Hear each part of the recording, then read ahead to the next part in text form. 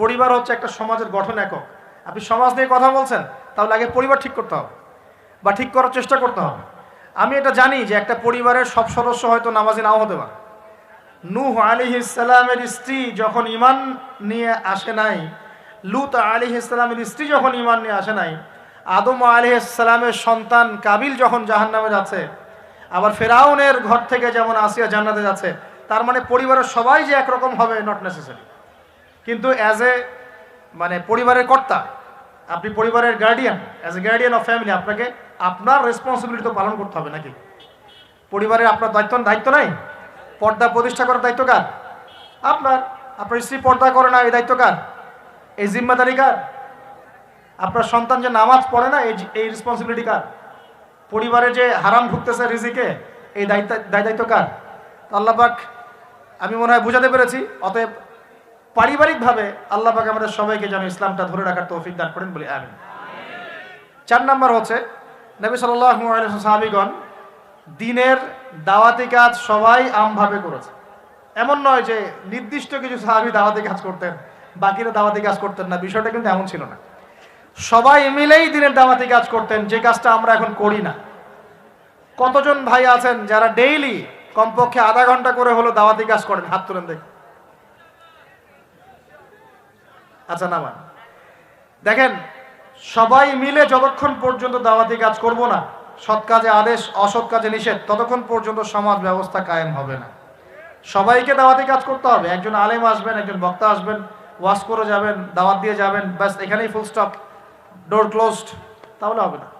এভাবে সমাজ প্রতিষ্ঠা হবে না।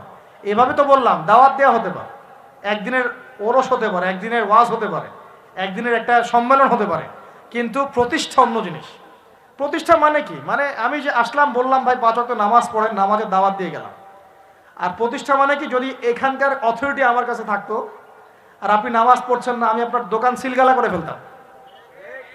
কথা বুঝতে পারেন নাই?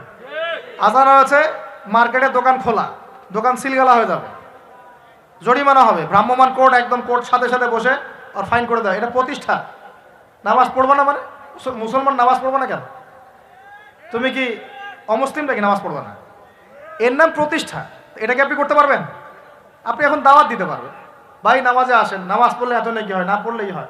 তো এই দাওয়াত তো চলছে মাশাআল্লাহ। প্রতিষ্ঠা কখন হবে? যখন সবাই মিলে সমাজটা পরিবর্তন করবে, তখন গিয়ে প্রতিষ্ঠা হবে ইনশাআল্লাহ। সমাজে যারা নেতৃত্ব দেয়, এরা কি আসমান থেকে টপকে পড়ে, না সমাজের ভিতর থেকে বের হয়? সমাজ যদি পরিবর্তন হয়, নেতৃত্ব এখান থেকেই বের হবে ইনশাআল্লাহ। আর যখন আল্লাহওয়ালা মানুষরা উপরে যাবে, তখন দেখবেন তারা এইসব অথরিটি ইম্পোজ করবে ইনশাআল্লাহ। ওই যে বলেছিলেন 1 মাস, খালি একটা মাস ওমরের শাসন যদি চলে, দেখবেন সব একদম ঠান্ডা হয়ে গেছে ইনশাআল্লাহ। সব ঠান্ডা, একদম ঠান্ডা। এটা ভেরি মাচ পসিবল। 1 মাস সময়, 1 মাস, উইদিন 1 মান্থ।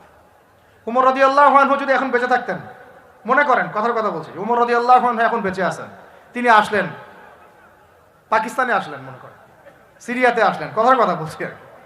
এমন তাকে মনে করেন দায়িত্ব দিল জনগণ যে আমিরুল মুমিনিন, আপনি সমাজটা ঠিক করেন।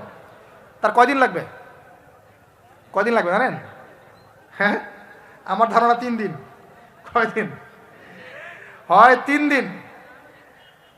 অথবা তিনি বলবেন যে আমার দ্বারা সম্ভব না, আমি গেলাম।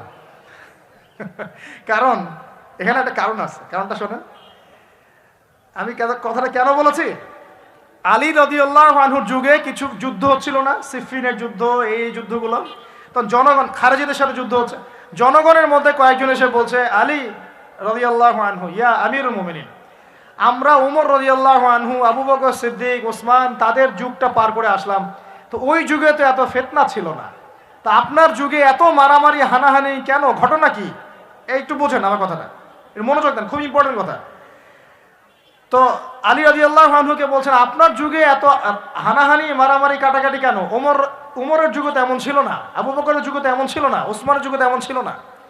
তো আলী ইবনে আবি তালেব, বিচক্ষণ মানুষদের মধ্যে অন্যতম একজন বিচক্ষণ মানুষ, তিনি বলছেন, উত্তর দিচ্ছেন, দেখেন কি বিচক্ষণতার উত্তর। তিনি বলছেন, শুনো,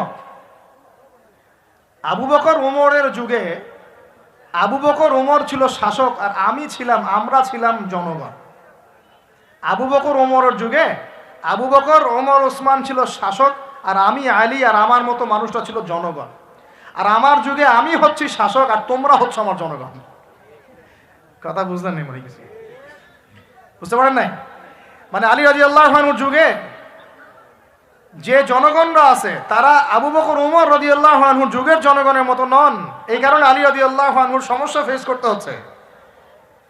তো এটাই বলছিলাম, যখন জনগণ সবাই বলছে আমি সুদ খাবো, সবাই বলছে যে পর্নোগ্রাফি দেওয়া হোক, মদ চলুক, বেপরদামি চলুক, হ্যাঁ জুয়া চলুক, আর আমি বেচারা একা একা বসে যদি বলি না এগুলো সব হারাম, তা আমাকে তো পিঠা এখান থেকে সরাই দিবে মানুষ, তাই না বিষয়টা? তার মানে সমাজের মানুষকে পরিবর্তন করতে হবে, আল্লাহ পাকে এটা বোঝার তৌফিক দেন। মানুষ যখন পরিবর্তন হবে ইনশাআল্লাহ, তখন দেখবেন এখান থেকে যোগ্য নেতৃত্ব উঠে আসবে। এভাবেই সমাজটা প্রতিষ্ঠা হবে ইনশাআল্লাহ আযজা ওয়া জাল্লা। আল্লাহ পাক আমাদেরকে তৌফিক এনায়েত করুন। আর কয়েকটা পয়েন্ট আমি একটু থরলি বলে শেষ করছি। 6 নাম্বার, সাহাবীরা কোনোদিনও হারাম খান নাই। কি খান নাই ভাই? মানে অর্থনৈতিক জীবনে কোনোভাবেই হারামে সম্পৃক্ত হওয়া যাবে না যদি ইসলামী সমাজ চান। ঠিক আছে ভাই? 7 নাম্বার, অনইসলামিক কোনো সংস্কৃতির আশপাশেও যাওয়া যাবে না। ইসলামী সমাজ চান, অনইসলামিক সংস্কৃতি পরিপূর্ণভাবে বর্জন করতে হবে। আল্লাহ পাক তৌফিক দান করুন। 8 নাম্বার, সমাজের একটা বড় অংশ হচ্ছে মেয়ে মানুষ। সমাজের একটা বড় অংশ কি? এদেরকে অ্যাভয়েড করে সমাজে দিন কায়েম হবে। এই মেয়েদের মধ্যে দিনের দাওয়াতি কাজ বাড়াতে হবে এবং মেয়েদেরকে পর্দায় নিয়ে আসতে হবে। এই দায়িত্ব প্রত্যেক পরিবারের কর্তার। পরিবারের কর্তা ঠিক হয়ে যান, সমাজ ঠিক হয়ে যাবে ইনশাআল্লাহ। ঝগড়াঝাটিতে যাবেন না, দাওয়াত দিবেন, নসিহত করবেন, ওয়াজ করবেন। যদি দেখেন বুঝাইতে বুঝাইতে বুঝাইতে বুঝাইতে কোনোই কাজ হচ্ছে না, ওই যে আসহাবুল কাহফের হেদায়েত আছে, ঠিক আছে বাবা তুমি তোমার রাস্তায় চলো, আমি আমার রাস্তায় আল্লাহর সাথে চললাম। ইব্রাহিম আলাইহিস সালাম কি বলছেন? ইন্নী যাহিবুন ইলা রাব্বি সায়াহদিন। মনের মধ্যে কত শূন্যতা দেখেন, তিনি বলছেন ইন্নী যাহিবুন ইলা রাব্বি সায়াহদিন। পরিবার তাড়িয়ে দিয়েছে, বাবা তাড়িয়ে দিয়েছে, সাথে কেউ নাই, কেউ নাই সাথে, একা। ইব্রাহিম আলাইহিস সালাম একা। আল্লাহ পাক বলছেন ইব্রাহিম একাই একটা উম্মত, ইব্রাহিম একাই একটা উম্মত। তিনি বলছেন আমি চললাম একাই আমার রবের পথে, তিনি আমাকে পথ দেখাবেন। এত বড় কথা। এই জন্যই তো ইব্রাহিম আলাইহিস সালামের এত সম্মান। নবীগণের পিতা তিনি, সমস্ত নবীগণের দেখা যায় পিতা তিনি, আবুল আম্বিয়া বলা হয়। কত চমৎকার বালাগাত দেখেন। ইন্নী যাহিবুন ইলা রাব্বি সায়াহদিন, আমি একাই চললাম আমার রবের পথে, তিনি আমাকে পথ দেখাবেন। পাশে কেউ নাই, ভেঙে পড়বেন না, একাই চলবেন, কোনো সমস্যা নেই। তো এই যে বলছিলাম, পরিবারের লোক পরিবারে বুঝান, দাওয়াত দেন, সব ঠিক আছে। যদি দেখা যায় যে অনইসলামিক বিষয়ে চলতে ওদের খুব ভালো লাগে, ইসলামিক বিষয় মানতে খুবই আপত্তি, তখন আপনি আপনার রাস্তায় চলেন, তাকে তার রাস্তায় ছেড়ে দেন। ঝগড়া ছেড়ে দেবেন, জ্ঞান কেচালা যায় না। বাবা তুই তোর রাস্তায় চল, আমি আমার রাস্তায় চলব। তারপরে সন্তান। 9 নম্বর হচ্ছে আমাদের সমাজের একটা বড় অংশ হচ্ছে আমাদের এই যে ছোট ছোট বাচ্চা কাচ্চা সন্তান। আগামী প্রজন্মকে অবশ্যই ইসলামী শিক্ষায় শিক্ষিত করতে হবে, না হলে সমাজ কায়েম করা যাবে না। এই দায়িত্ব এখন আপনাদের সবার। আমি শুধু পয়েন্টটা বলে গেলাম। আর সর্বশেষ 10 নম্বর পয়েন্টটা হচ্ছে এই যুব সমাজের চরিত্রটাকে পবিত্র রাখতে হবে। এটা এত গুরুত্ব দিয়ে কেন বললাম? কারণ যুবকরা হচ্ছে সমাজ পরিবর্তনের হাতিয়ার, এবং যুবকদের চরিত্র যদি একবার নষ্ট হয়ে যায়, পর্নোগ্রাফিতে আসক্ত হয়ে যায় বা মাদকে আসক্ত হয়ে যায় বা মেয়ের পিছনে যদি সময় নষ্ট করা শুরু করে, হ্যাঁ এই যে গুন্ডাগার্দি করে, এই যে পাবজি টাবজি ফ্রি ফায়ার হাবিজাবি এগুলোর মধ্যে ঢুকে পড়ে, ও ওর লক্ষ্য থেকে বিচ্যুত হয়ে যাবে। তখন এই সমাজটাকে দিয়ে আপনি আসলে কোনো কাজ নিতে পারবেন না। এই কারণে এদেরকে একটা আধ্যাত্মিক প্রশিক্ষণের মধ্যে নিয়ে আসতে হবে। নামাজ, তেলাওয়াত, জিকির, হ্যাঁ আলেম ওলামার সহবত, ধারাবাহিকতা রক্ষা করা, প্রয়োজনে ভালো কিছু সামাজিক কাজের মধ্যে তাদেরকে নিয়োজিত রেখে তাদের এই যৌবনটাকে আল্লাহর পথে কাটিয়ে দেওয়ার প্রয়াস নেয়ার চেষ্টা করতে হবে। আল্লাহ পাক আমাদের সবাইকে এই তৌফিক দান করুন, আমিন। আর যুবক ভাইদেরকে বলবো যে চরিত্রই সবচেয়ে ইম্পর্টেন্ট জিনিস আপনার। এখন এই জীবনটার চরিত্র যদি নষ্ট হয়ে যায়, আপনি কোনো অবস্থাতেই আল্লাহর কাছে পার পাবেন না। প্রিয় ভাইরা, চরিত্র হেফাজত করেন। আর কয়েকটা বিষয় আপনাদের, মাদক আল্লাহর রাস্তায় খায়েন না, মাদকের ধার কাছে যাবেন না। সিগারেটটাকে অনেকে মাদক মনে করেন না, আমি বলছি এটাও একটা মাদক। সিগারেটের কাছে যাবেন না। মেয়ে নিয়ে সময় নষ্ট করবেন না। কি কারণে আমি বলছি? এই কারণে যে এই পৃথিবীতে এখন যে পৃথিবীটা এখন চলছে, এই পৃথিবীতে বিশ্বাস বলতে আসলে কিছু নাই। মানে বিশ্বাস খুবই প্রেসিয়াস, এটাকে সস্তা করে দিয়েন না। মানে যখনই আপনি কাউকে অন্ধভাবে বিশ্বাস করা শুরু করবেন, তখন আপনি কষ্ট পাবেন। তো হালালভাবে চরিত্র হেফাজত করে রাখেন, আল্লাহ পাক আপনাকে ইনশাআল্লাহ নেককার স্ত্রী দিবেন ইনশাআল্লাহ। এই পথগুলো সব শয়তানের পথ, আপনাকে শয়তানের দিকে নিয়ে যাওয়ার চেষ্টা করা হচ্ছে, যাতে আপনি আপনার জীবনের গন্তব্যটা ভুলে যান। এই জন্য আমি বারবার বলি যে বিয়ে যদি করতেই হয় তাহলে দিনদার একজন নেককার মেয়েকে বিয়ে করেন, খাদিজা রাদিয়াল্লাহু আনহার মতো একটা মেয়েকে বিয়ে করেন। আর যদি ওই যে দিনদার ক্যাটরিনা খুঁজতে যান তাহলে সারা জীবন ওই পস্তাইতে হবে আর কি। আল্লাহ বোঝার তৌফিক দান করুন। দিনদারিতা দেখে বিয়ে শাদী করেন। চাচা আবু তালেব তিনি কিন্তু মুসলিম নন, অমুসলিম হয়েও তাকে পারিবারিকভাবে সাপোর্ট দিচ্ছেন। পারিবারিকভাবে সাপোর্টটা অনেক ইম্পর্টেন্ট। আর যখন পরিবার থেকে সাপোর্ট থাকে না তখন মানুষ কিন্তু ট্র্যাক থেকে সরে যায়। যাই হোক, গভীরে যাই না। নবী সাল্লাল্লাহু আলাইহি ওয়াসাল্লাম যখন দাওয়াতি মিশন শুরু করলেন, ইসলামের সমাজ প্রতিষ্ঠার চেষ্টা করতে লাগলেন, তখন এই পারিবারিক বাধা, আত্মীয়দের মধ্য থেকে বাধা, সামাজিক বাধা আসতে লাগলো। এক পর্যায়ে হিজরত করতে হয়েছে আবিসিনিয়ায়, তারপর তায়েফ, তারপরে গিয়ে মদিনায়। এখন মদিনায় আলহামদুলিল্লাহ আল্লাহ রাব্বুল আলামিন দিনটাকে প্রতিষ্ঠা করলেন এবং সেখানে নবীকে শক্তিশালী করলেন, সাহাবীরা শক্তিশালী হলেন, আস্তে আস্তে গাজওয়াগুলো হলো, সারিয়াগুলো হলো। এক পর্যায়ে উইদিন 8 থেকে 10 বছরের মধ্যে যে নিঃস্ব হাতে মক্কা থেকে তারা গেলেন মদিনায়, সেই মক্কাই তারা জয় করলেন বিনা বাধায়, বলা যায় অলমোস্ট বিনা বাধায়। প্রায় লক্ষাধিক সৈন্য, লক্ষাধিক সাহাবীদেরকে নিয়ে পুরো মক্কায়, জাজিরাতুল আরবের মধ্যে দিন প্রতিষ্ঠা হয়ে গেল। হলো কিনা? কত বছর সময় লাগছে ভাই বলেন?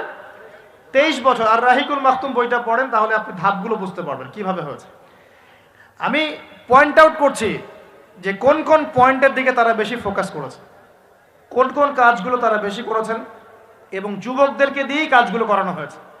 এবং এই কাজগুলো যদি আজকেও বাংলার যুব সমাজ করতে পারে, ইনশাআল্লাহ 23 বছর লাগবে না আমাদের, ইনশাআল্লাহ 23 বছর লাগবে না ইনশাআল্লাহ।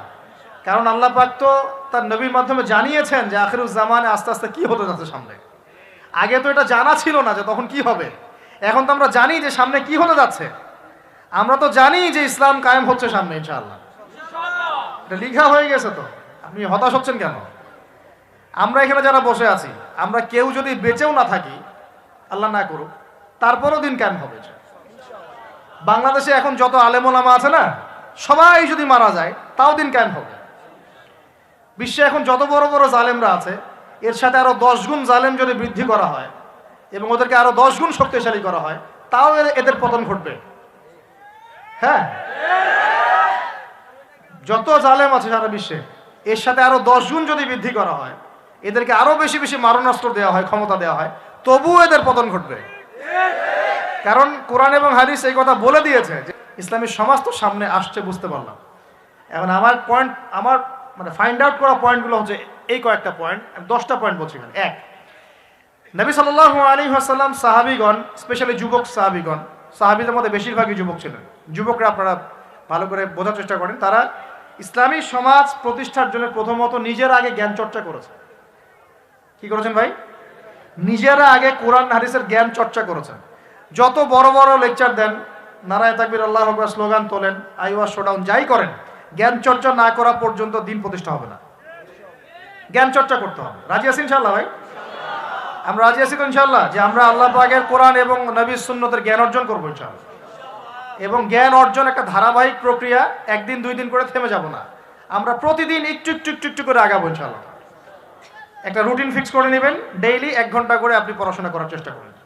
আমি অনেক লেকচারে কিছু সিলেবাস বলেছি, আপনাকে কোরআন পড়তে হবে, আরবি ভাষা শিখতে হবে, হাদিসের কিতাবগুলো পড়বেন, ইতিহাস, ইসলামের ইতিহাস পড়বেন, ইসলামিক অর্থনৈতিক বইগুলো পড়বেন, বড় বড় রিনাউন্ড ওলামায়ে কেরামদের বইগুলো পড়বেন, সিরাত পড়বেন, আকীদার বই পড়বেন, ফিকহের কিছু বই পড়বেন। মানে আপনার একটা ক্লাসিক্যাল পড়াশোনার ধারা থাকতে হবে। এবং এই পড়াশোনা একা একা করা যাবে না। কিছু বই আপনি একা হয়তো পড়তে পারবেন, কিন্তু অনেক কিতাব আছে যেগুলো আপনি একা পড়তে পারবেন না। আপনার বিজ্ঞ ওলামায়ে কেরামের সোহবত দরকার আছে। এটার দায়িত্ব আপনার, আপনি খুঁজে বের করবেন কার সোহবতে আপনি যেতে চান।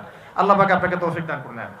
প্রথম কথা জ্ঞান অর্জন। 2 নম্বর, দিন প্রতিষ্ঠা ইসলামী সমাজ ব্যবস্থার জন্য সাহাবীগণ নিজেরা আমল করিয়ে দেখেছেন, শুধু জ্ঞান অর্জনই করেন নাই। যে জ্ঞান অর্জন করেছিলেন সেটা আমল করে দেখিয়েছেন। যেমন উমর রাদিয়াল্লাহু আনহু বলতেন যে সূরা বাকারা হিফজ করতে আমার সময় লেগেছে 12 বছর। কত বছর? 12 বছর লেগেছে সূরা বাকারাটাকে আয়ত্ত করতে। কারণ সাহাবীরা যতক্ষণ পর্যন্ত 10টা আয়াত লেসন নিয়েছেন, 10টা আয়াতের উপর আমল না করা পর্যন্ত নতুন করে দার্স নিতেন না। বুঝতে পারছেন না?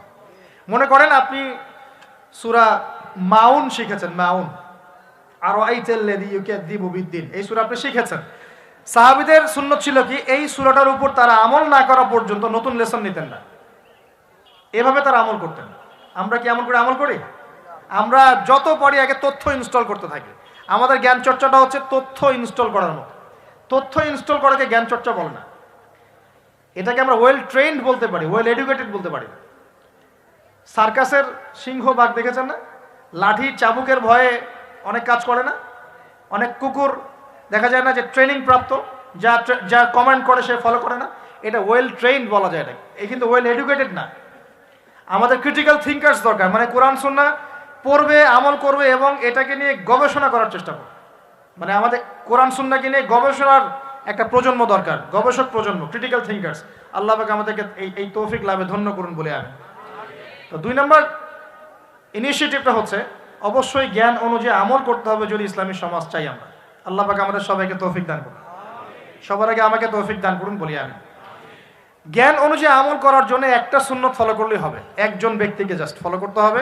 জীবনের প্রতিটা কাজ নবী সাল্লাল্লাহু আলাইহি ওয়াসাল্লামের সুন্নাহ মাফিক করলেই আপনি জানা অনুযায়ী আমল করে ফেলবেন ইনশাআল্লাহ। পারা যাবে তো ইনশাআল্লাহ? আজকে ঘুমানো থেকে শুরু করে দেন, জীবনের প্রতিটা কাজকে ঢেলে সাজান। কাপড় পরা, ঘুমানো, ঘুম থেকে ওঠা, হ্যাঁ, এমনকি বিছানা ঝাড়া, ইস্তেঞ্জা করা, আপনার ব্যবসা বাণিজ্য, শিক্ষা, এভরি সিঙ্গেল সেক্টর ঢেলে সাজানোর চেষ্টা করেন যে নবীর মতো হচ্ছে কিনা। যদি হয় আলহামদুলিল্লাহ, যদি না হয় তাহলে এখানে আপনার কিছু কাজ করার বাকি আছে। আল্লাহ পাক আমাদের সবাইকে নবী সাল্লাল্লাহু আলাইহি ওয়াসাল্লামের সুন্নাহ মাফিক জীবন গড়ার তৌফিক দান করুন। আপনাকে আল্লাহ দুনিয়া পাঠিয়েছেন তার ইবাদত করার জন্য, আল্লাহর জমিনে আল্লাহর দিন প্রতিষ্ঠা করার জন্য। আল্লাহ পাক আমাদের সবাইকে আল্লাহ পাকের জমিনে আল্লাহর দিন প্রতিষ্ঠার যে গ্রহণযোগ্য কর্মপন্থা এগুলো বাস্তবায়ন করার তৌফিক দান করুন বলি আমিন। আমরা দোয়া করি আল্লাহ পাক আমরা সবাইকে জ্ঞান অর্জন করার তৌফিক দান করুন, নবীর সুন্নত অনুসরণ করার তৌফিক দান করুন এবং সিচুয়েশন বোঝার তৌফিক দান করুন, পরিস্থিতি সম্পর্কে সচেতন থাকার তৌফিক দান করুন, হালাল খাওয়ার তৌফিক দেন, মা বোনদেরকে পর্দা রাখার তৌফিক দেন, ইলম অনুযায়ী আমল করার তৌফিক দেন। আল্লাহ পাক আমাদের যুবক ভাইদেরকে হেদায়েত দান করেন, আমাদের পরবর্তী প্রজন্মকে আল্লাহ দিনের জন্য কবুল করেন আমিন। এবং সবাইকে দিন ইসলামের দাওয়াতি কাজ করার তৌফিক আল্লাহ পাক দান করেন, সকলে বলে আমিন।